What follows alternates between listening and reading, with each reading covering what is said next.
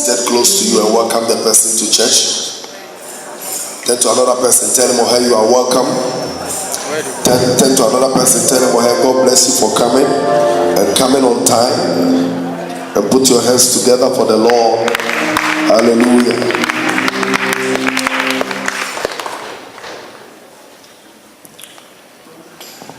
We are looking this month.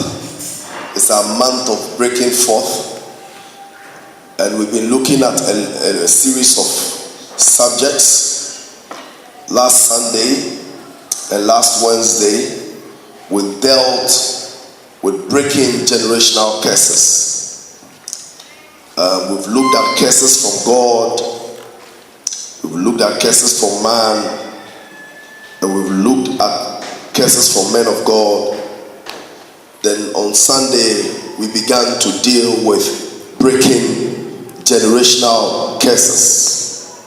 Somebody say, every curse in my life is broken. Say it with me, every curse in my life is broken. Say it with power, it's broken. In Jesus' name. This morning, I want to deal with a subject I call destroying satanic agendas. Destroying satanic agenda. Destroying satanic agendas. And I want to start this message by exposing unto the church the threefold agenda of the devil. In the book of John chapter 10 verse number 10, the Bible says, the thief cometh not, that the devil cometh not, but to steal, to kill, and to destroy. But Christ says, I am come that I will give you life and give you more abundantly. The thief cometh not, but to steal, to kill, and to destroy. So Satan's agenda is unfolded in this scripture. He comes not but to steal, to kill, and to destroy. He steals your joy. He kills your life. He takes it from your hands. And then he makes sure he destroys everything God has given to you. The thief cometh not but to steal, to kill, and to destroy. But Jesus said, I am come that you may have life and have it more abundantly. Somebody say abundance. Talk to me, say abundance. Then in the book of 1 John chapter 3 verse 8, the agenda of Christ is unfolded. In the book of 1 John chapter 3 verse 8, the agenda of God, the agenda of Christ is unfolded. We need to clearly understand that Satan's agenda is being defined. He comes to steal, he comes to kill, and to destroy. But in the book of 1 John chapter 3 verse 8b, Jesus said, the Bible said, for this purpose the Son of Man, who is Christ, was manifested to destroy the works of the devil. For this purpose the Son of Man, who is Christ, Yeshua, was manifested, is manifested to destroy the works of the devil. So Satan has an agenda to steal, to kill, and to destroy. And Christ also has an agenda to destroy the works of the devil. So every work of the devil shall be destroyed this morning. Let me hear your loudest amen as never before. Let me hear your loudest amen as never before. As I start building the point, Luke chapter 10. Luke chapter 10, verse 19. He says, behold, I give unto you power to tread on serpents and scorpions and over all the powers of the enemy, and nothing shall by any means hurt you. Behold, I give unto you power to tread upon serpents and scorpions and over all the power of the enemy, and nothing shall by any means hurt you. Satan's power is one, but he has sub powers that he has given to people to make sure that people's destinies are frustrated. In some parts, as we looked at last Sunday, in some parts you find out that the devil has destroyed the marriages in the family. That is his power to do so. The Bible says in the book of 2 Corinthians chapter 4 verse 4, the Bible says the God of this world has blinded the eyes of the unbelievers that they are not able to see the power of the gospel. So you see, Satan has an agenda and God has the power. Say with me, Satan has an agenda and God has the power. Say with me, Satan has an agenda, but God has the power. So this morning, I want you to understand that in some areas, Satan has made sure that the people in a particular family are not able to excel. They rise up, but the moment they get to average, they come down. In some families, people are not allowed to cross the average line. Some of them die prematurely. Some of them, there is no marriage in the family. Some of them, there is no job. Some of them, the men in the family die. The women in the family die at birth. These are all agendas of the devil. And let's look at the channels for which they operate. Before you can deal with something, you must know the source. Before you can deal with a strategy of the enemy, you must know his plans, you must know his channels, you must know his strategies. Now we'll be looking at how they operate so that we'll be able to deal with them. The channels of satanic agenda. Channels of satanic agenda. Number one, I want to talk about altars. The agenda of Satan is carried out through altars. Someone say altars. They are carried out through altars. And what is an altar? An altar is a secret place of satanic transactions. An altar is a place of satanic transactions, satanic negotiations, where transactions take place, where negotiations take place, where the destinies of people are aborted, where the devil manufactures his plans. That place is called an altar. An altar is a place of negotiation. That is where they sit and plan, negotiate, transact their satanic businesses. And every satanic transaction against your life shall be broken this morning. Let me hear your loudest amen as never before. I said every satanic transaction against your life shall be broken this morning. So altars are places of satanic negotiations, satanic transactions. And I want us to take an example, number one, from the book of Numbers, chapter 23. We shall read the verse number 1 and 2. Numbers chapter 23, verses number 1 and 2.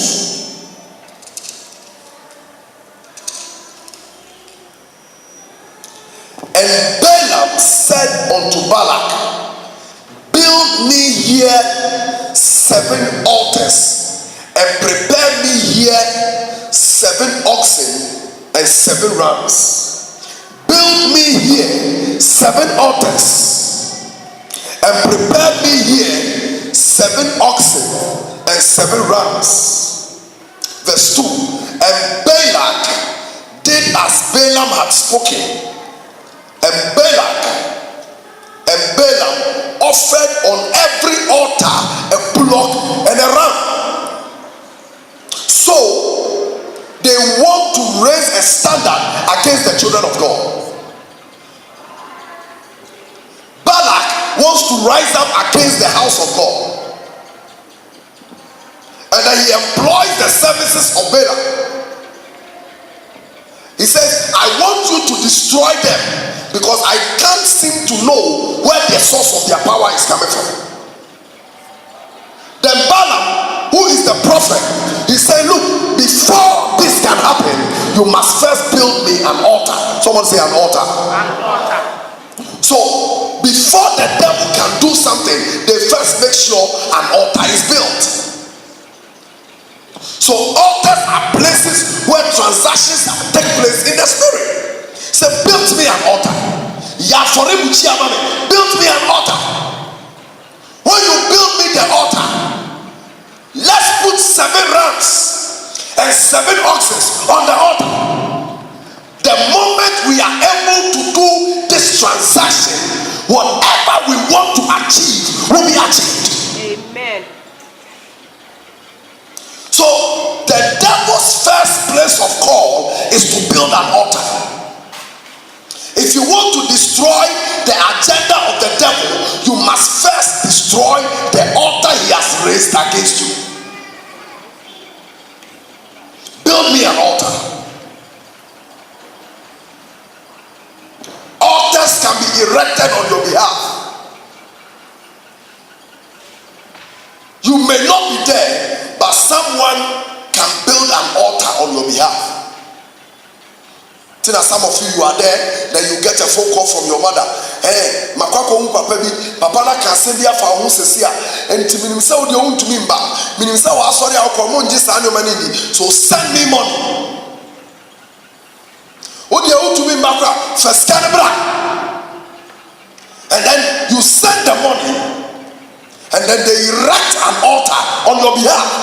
You are not there, but the altar is erected on your behalf. Can I hear your loudest amen? Amen. Say with me, in the name of Jesus. In the name of Jesus. Every altar erected on my behalf, scattered by fire. Can I hear your loudest amen? Amen. So the enemy doesn't just get up to do things. He makes sure altars are erased. Something he can stand on. Another definition for altars are satanic points of contact.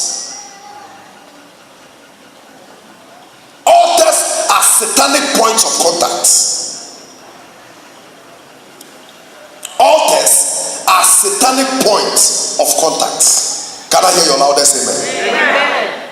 Can I hear your loudest amen? Amen. Now let's look at the secret in the book of 2 Samuel chapter 5 verse 17 to 21.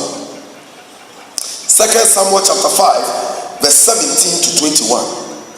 Something that will shock your life.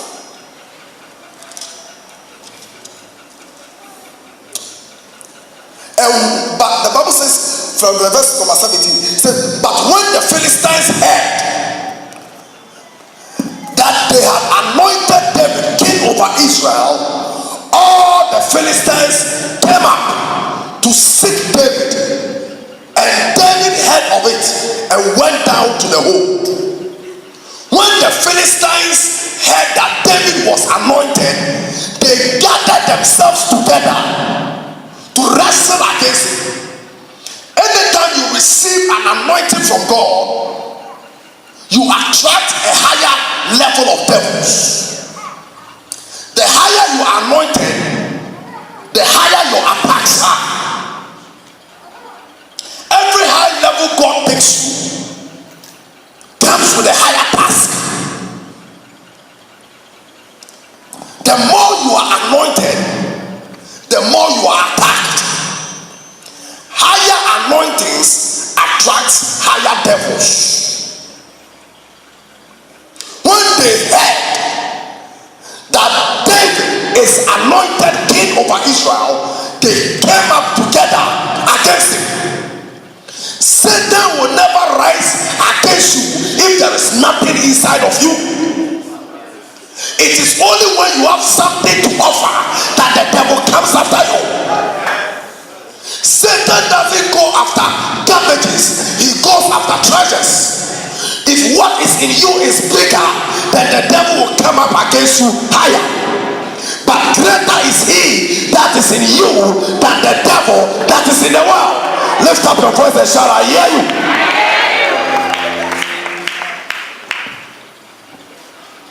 When they heard of his anointing, when they heard of his elevation, they gathered themselves together against him. can have 10 enemies, and all these enemies are enemies of themselves.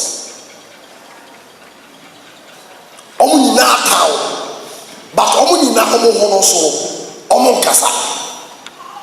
But when it comes to them destroying you, they can all come together to fight you. So the devil is smart when it comes to his agendas. But the Bible says, little children, don't be afraid. Why? Because you have overcome. How have I overcome? He said, greater is he that is in you than he that is in the world. Someone shout, I hear you. So he has an agenda to abort and to frustrate what is written of you in the volumes of the books. David said, now, oh Lord, I am come to fulfill that which is written of me in the volumes of the books. There is something written about you in the volumes of the books, and that is why you are anointed. But the devil is gathering forces to make sure that the anointing over your life doesn't speak. But if you keep trying, they will stop attacking. Are you listening to me?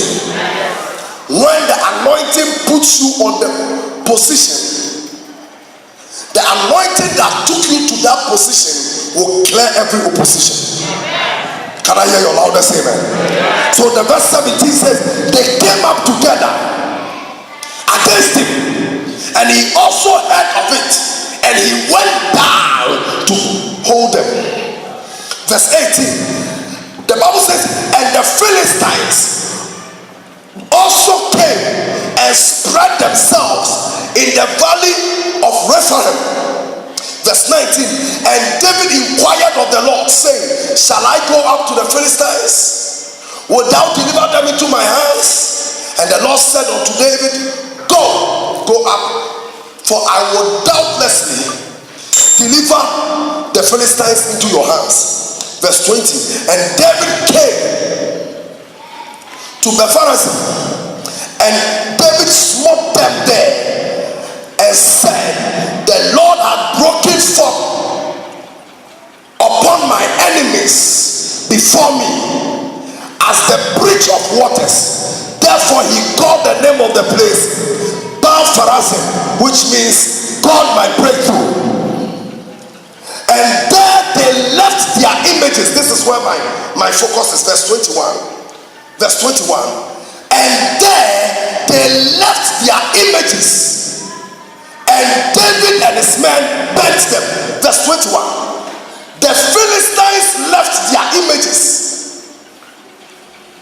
When they were defeated, they left their images there.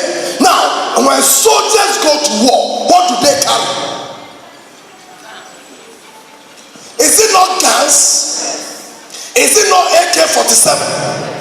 Is it not ammunitions? Is it not bulletproof cars?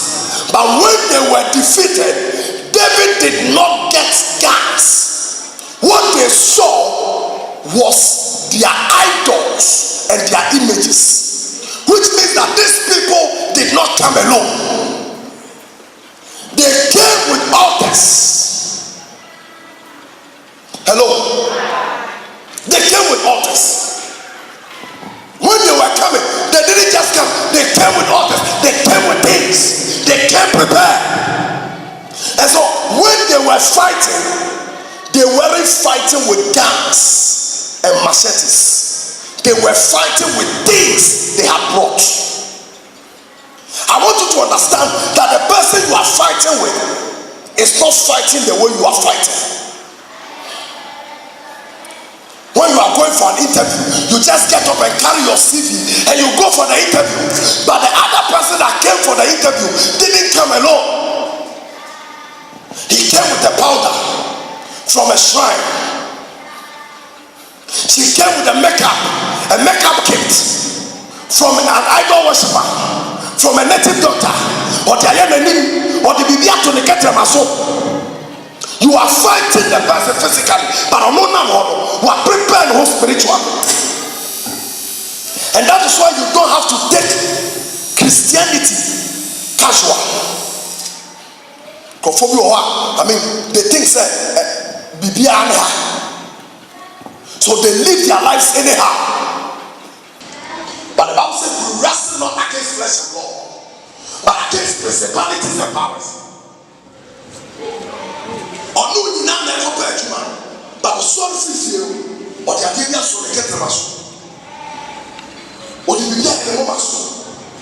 Aisha, kúrò ọ̀dì yẹ ẹ̀dẹ̀ ní ẹ̀kí, kọ́díkọ́dí, ẹ̀dọ̀ kúrò àná ẹ̀fí bẹ́ẹ̀ bí nẹ̀ bá. So David, nana de yẹ ne sẹ, ọ̀nà ìkọ̀fọ́ ní ẹ̀kọ́ kọ̀ kẹ̀kẹ́, sẹ̀ ká wọ́n mi sẹ́ yà kọ̀kọ́ wa, ẹ̀ka kọ̀fọ́ ní bẹ́ẹ̀ ní wọ́n sẹ́. Why? Because they came with idols. Verse 21. And there they left their images, and David and his men burnt them. They came with things. They came with things. Am I talking to somebody here? They came with things. Don't take this battle as a normal battle, because this one can only be determined by the finger of Elohim. No, as big as Goliath is,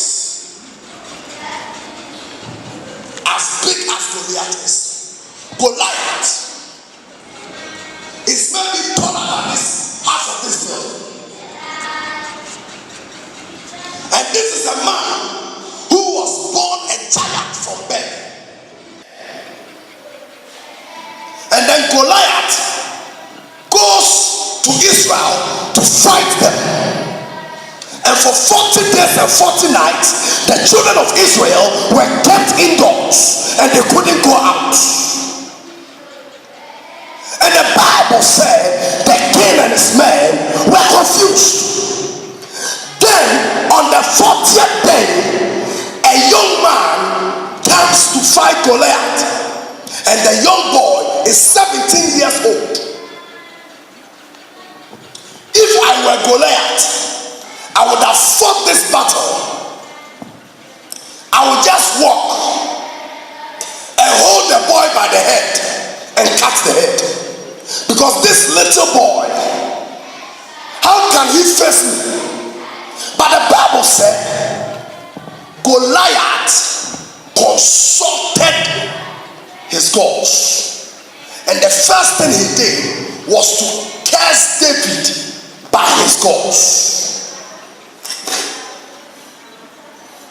It takes a lot of spiritual sensitivity to do this. He didn't say, he looked at the guy and said, for a little boy to get up like this, he's got something I don't have. Let me lift the battle from where it is now to another realm. And so he raised that altar by cursing David and handing him over to the gods of the Philistines. He says, I curse you this day in the name of the gods of the Philistines. I will cut your head and I will give your flesh to the birds in the sky. Don't ever fight the battle alone. They raise altars, and you must also learn to raise an altar. Someone say an altar. Talk to me, say an altar. He was very spiritual, Goliath, for you. So the first thing they do is to raise altars. Let me give you another example. Samson, Judges chapter 16, verse 23. Judges chapter 16, 23. I'll read from 23 to 26 so that you can understand. Some of you just think that the Philistines, they just killed Samson. They didn't just get up to destroy Samson. They did things that some of you don't know. Now, they consulted their oracle for months. They consulted the oracle for years. They consulted the oracle for days. For days. They went to the oracle. They will kneel down and then they will ask, this young man called Samson, who is destroying us, how can we destroy him? The oracle will say, go and come back, I'm checking for you. They will come back again for years, until one day the oracle said, This young man Samson, he likes women. Now, what I want you to do is that look for a prostitute and give the prostitute to him. He will fall. Can I pray for somebody here? Yes. Every weakness in your life that the devil wants to capitalize on it and disgrace you, we curse it by the blood of the everlasting covenant. Let me hear your loudest amen as never before. Let me hear your loudest as never before. I'm not hearing your amen. Let me hear like a thunder. So they consulted the oracle, and the oracle handed Samson over to them. And look at Judges chapter 16. Look at 23. Then the lords of the Philistines gathered them together for to offer a great sacrifice unto Dagon, their God, and to rejoice, for they said, our God had delivered Samson, our enemy, into our hands. Wow. So they didn't just get up to fight Samson, they consulted an oracle. Can I hear you say amen? Can I hear you say amen? Say with me, in the name of Jesus. Let me hear you say, in the name of Jesus. Every power, every altar in my father's house wrestling against me, by the blood, by the blood, by the blood, I come against them in the name of Jesus. Somebody shout amen. I'm going to tell you something. In this world, there is another world. In this world, there is another world in this world that is not seen with the natural eyes. And I want to clearly tell you that that world is more real than this one. That world, which is called the spiritual world, that place is more real than this one. And so whatever happens in the flesh here happens in the other world. That's why the Bible says we wrestle not against seen forces but unseen forces. Am I talking to you? Verse 24. And when the people saw him, they praised their God. For they said, our God hath delivered into our hands our enemy and the destroyer of our city, which slew many of us. And the Bible says, and it came to pass when their hearts were merry, that they said, call for Samson, that he may make us sport. And they called.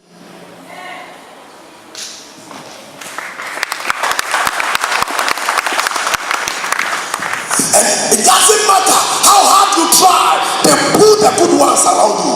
But I came to tell you, by the secular covenant where I dwell in, that any man that shall rise up against you, his life shall be like a circle. He will never break through, he will never break forth. He will be a beggar all the days of his life. Lift up your voice and shout yes.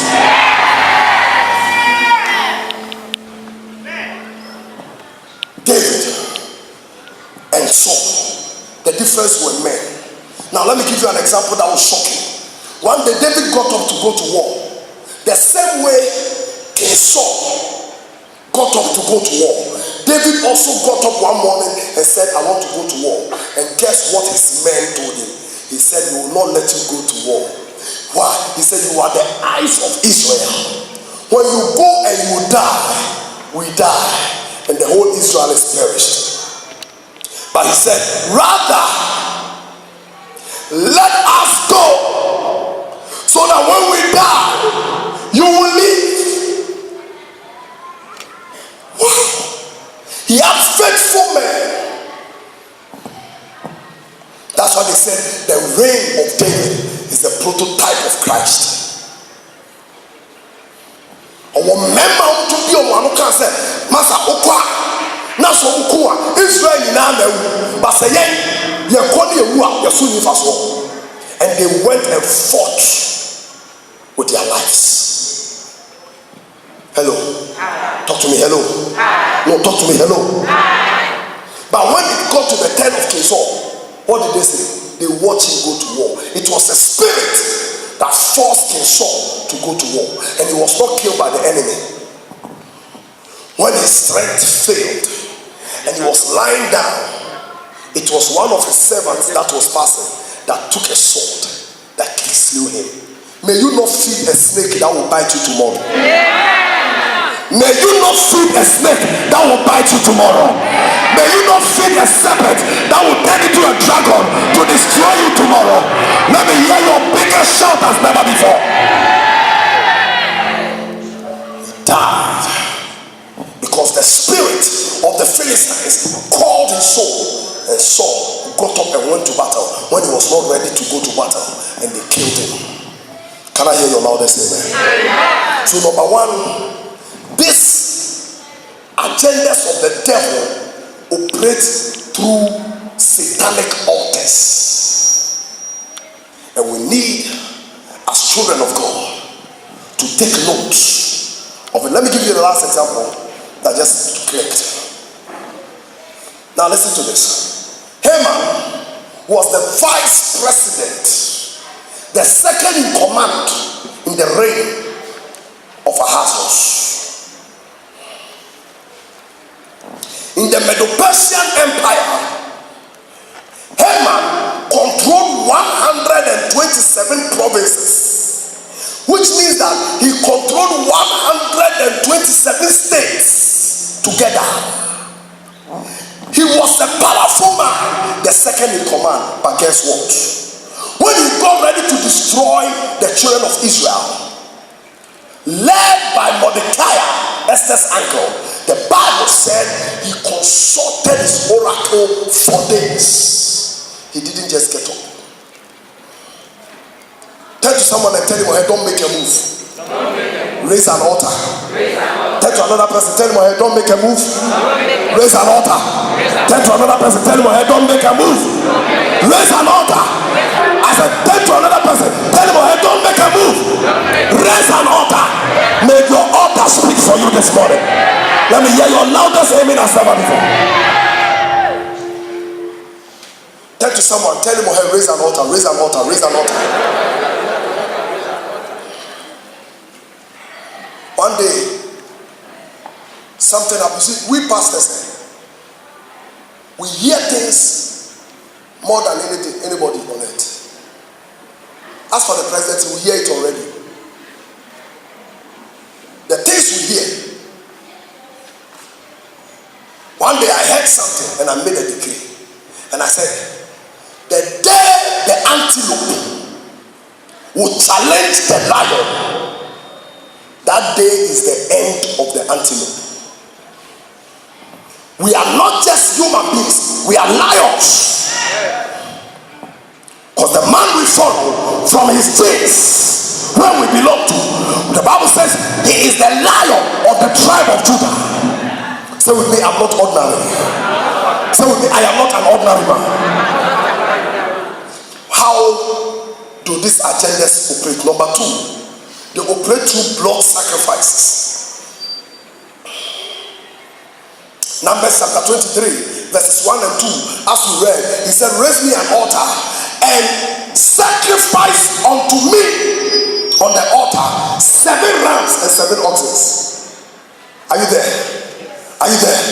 So these channels by the enemy, one of them is blood sacrifices. Whether they sacrifice human blood, animal blood, they are sacrifices.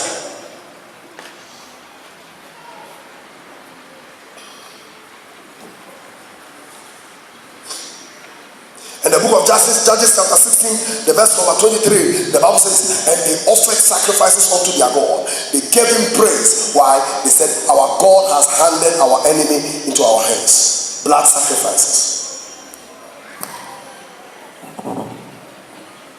The sacrifice of human blood, the sacrifice of animals, they are channels for which the devil uses. So when you are dealing with someone, okay, who has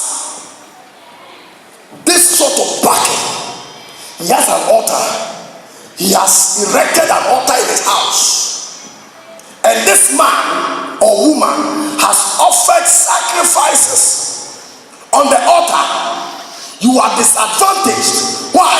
Because he knows what you don't know. It is dangerous for your enemy to be smarter than you. When you know what others don't know, they are disadvantaged and you are advantaged. Can I hear your amen? Amen. So they offer sacrifices, human sacrifices. I went to a house to do a direction for a family, and then far away from Accra. Then now the man cannot sleep. He cannot go out, and even if he has to go out, he has to wear sunglasses even in the night. Why? Because his eyes are as red as a scarlet. The eyes are so red that red is even an understatement. And nobody could look at his eyes. And they've taken him to churches upon churches upon churches, prayers upon prayers, and so many names were mentioned. Then I got to the house, a mighty building, and I got there. And when I got there in the night, I asked him a simple question: have you killed before? And he looked into my eyes, and then he looked around because his family was there. Now this man wanted money, and he went to a place, and they told him to buy a fowl. When he bought the first fowl and they slaughtered the fowl, he came back home and got a phone call that his sister is dead. They asked him to bring another fowl. The following year, he went there, he gave them the fowl, his brother died. Now, after all, I could see a wedding, then Satan will say, wait, I'm coming. They will take the document. They will call the witches in the house. See, document number 7, check number 7, check number 7. Then they will say, 30 years ago, it was declared that no woman must marry in this house. If by the time they check, the wedding has already taken place, they will kill the man. If by the time they check, the wedding has not yet taken place, something will happen and the wedding will be cancelled. If by the time they check, you are now planning, the man's finances and everything will crumble and everything will be destroyed. Satan is a record keeper. He doesn't just get up to do things, he keeps records. Written documents. Now listen to this. Colossians chapter 2 verse 14. The Bible says, having destroyed all the evil handwriting that are written against us, he made a public show of them, triumphing over them all. He nailed it to the cross. And I love the way King James pushed it. Blotting out. Someone say blotting out. No, do your hand like this. Blotting out. Use your left hand. Blotting out. He said blotting out all the evil handwriting of ordinances. Kasokata, masobrande. There are things written against you. Colossians 2:40. Blotting out all the evil handwriting of ordinances that are written against us. Your church on your mafumbia foul. That's why wherever you go, you have enemies. Because Satan is a record keeper. He keeps records. Blotting out. Colossians 2:14. All the evil handwriting of ordinances that are written against us. He made a public show of them, triumphing over them all. He nailed it to the cross. Yatro bibia fawo. Abrati we de me matro. Mama no go school sir. I prayed for a young man in this church, and I laid my hands on him, and I asked him, what job do you do? He said, I'm an engineer. I said, can you tell me your level of education? And then he began to speak. MBA, MPhil, WWBLS, QQQY, PhD, WFF, and this man works, and before the salary comes, the salary is finished. Have you noticed that thing? That you are working, but before the salary comes, the salary is already finished and you are still owing. How many of you are experiencing that in your life? Let me see your hand. Don't feel shy. Say, I'm shy. My girlfriend is here. When I do that, she will not marry me. You can wear all the suits in the world. If you are broke, you are broke. A young man who knows how to dress but broke. Say, how many of you are experiencing that in your life? Before our salary, remember, you're already owing. Let me see your hand. I command the blood that was shed on the cross to break that thing from your life in the name of Jesus. Somebody say, break!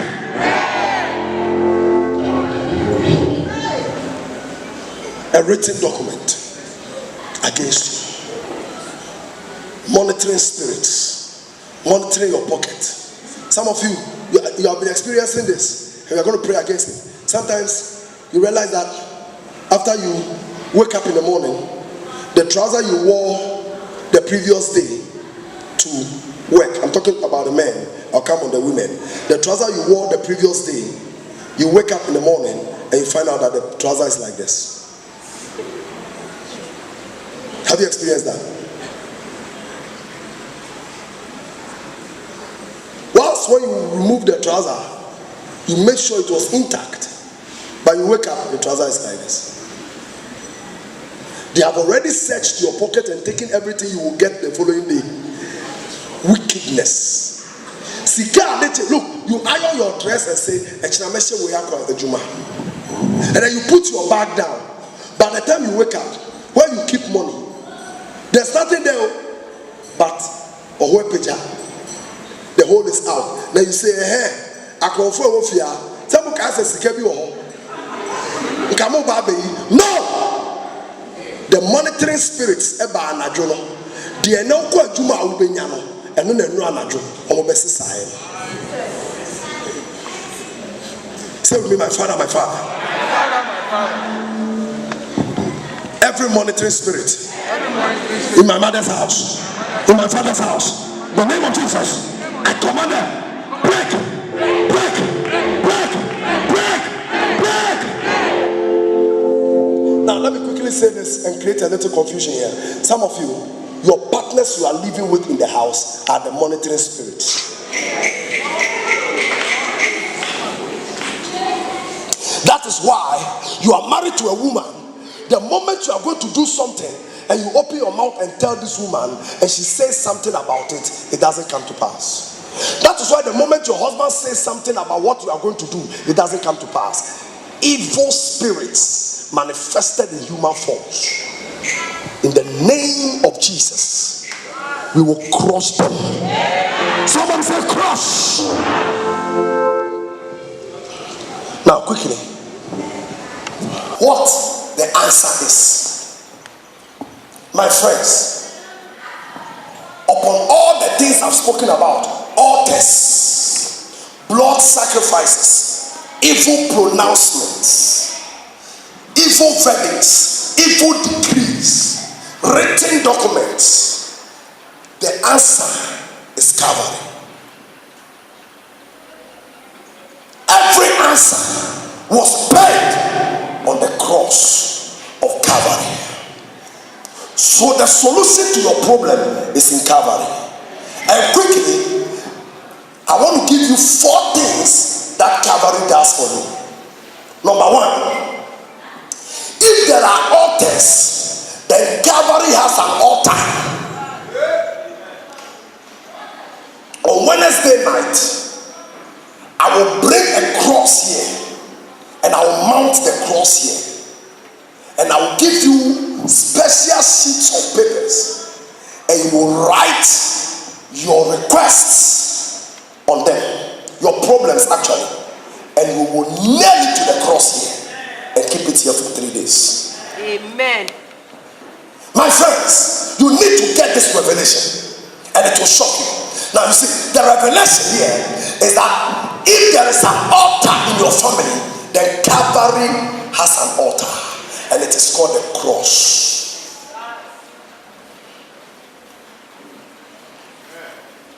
For he himself took away our infirmities and bore our diseases.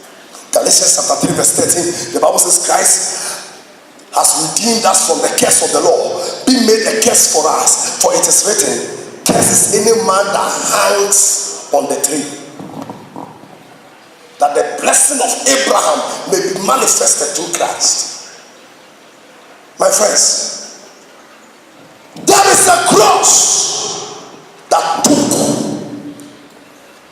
What are altars? I said altars are the satanic places of negotiations. And so if there is an altar where they put blood on it, there is a cross that Christ's blood was shed on it. So that if you want to retaliate, use the cross. Somebody say the cross. Talk to me, say the cross. I can't hear you, say the cross. Now look at 1 Peter chapter 1 verse 18 and 19. 1 Peter chapter 1 verses number 18 and 19.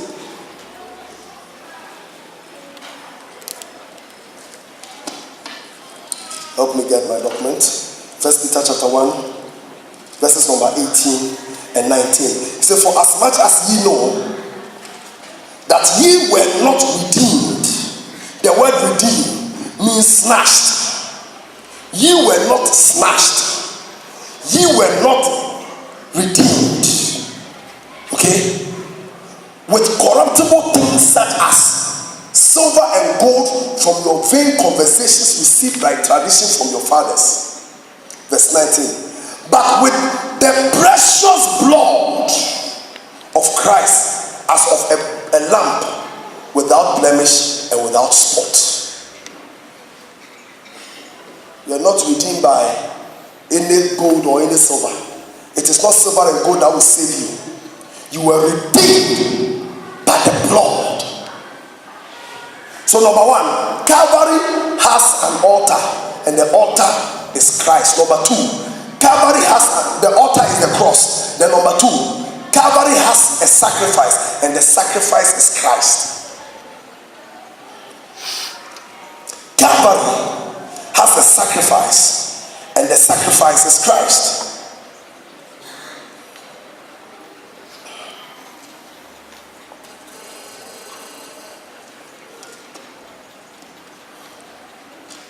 First Corinthians chapter 5, verse number 7.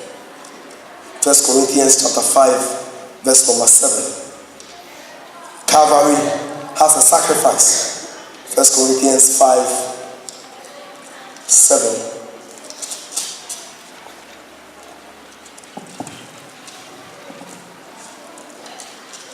Say with me, help me, Lord. Now, look at verse 7. He says, purge out therefore the old living, that ye may be a new lamp, as ye are unleavened. For even Christ our Passover, continue from there. Come again. Let me hear you. Come on. All those of you that are reading, read that particular portion. Even Christ our Passover is what? Come again. Again. Is. The word there is. The actual word there is sacrifice for us, which means that every day the sacrifice takes place. Go and tell Avon. They read the Bible to suit them, and I watched them use the word was for this. Christ, our Passover, was not sacrificed. He's always sacrificed for us. Anytime I need him, he will be sacrificed for me.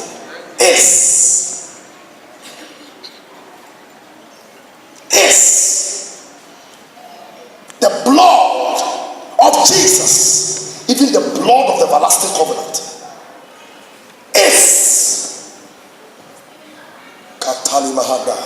Somebody shall help me, Lord. Listen to me.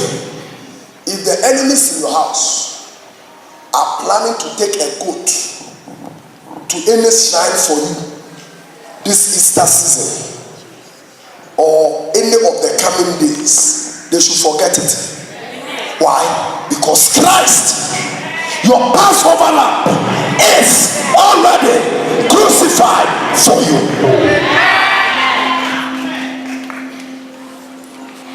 Someone shall I hear you?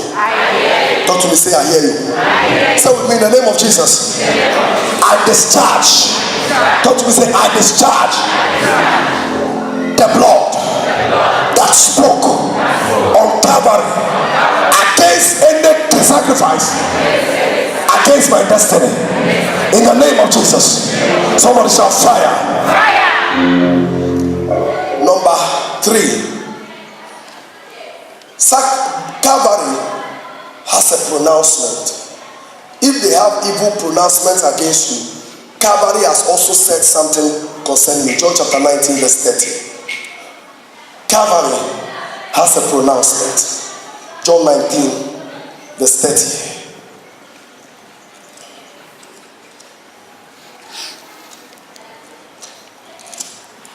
John 19 30.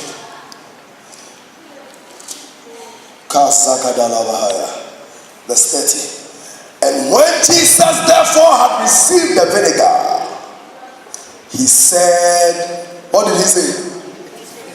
What did he say? Talk to me. What did he say?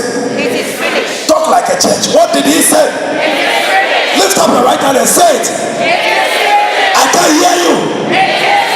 Your marriage difficulties, your problems in your finances, your sicknesses, the initiations that are made against you, enchantments against your destiny, evil pronouncements, evil orders, evil verdicts.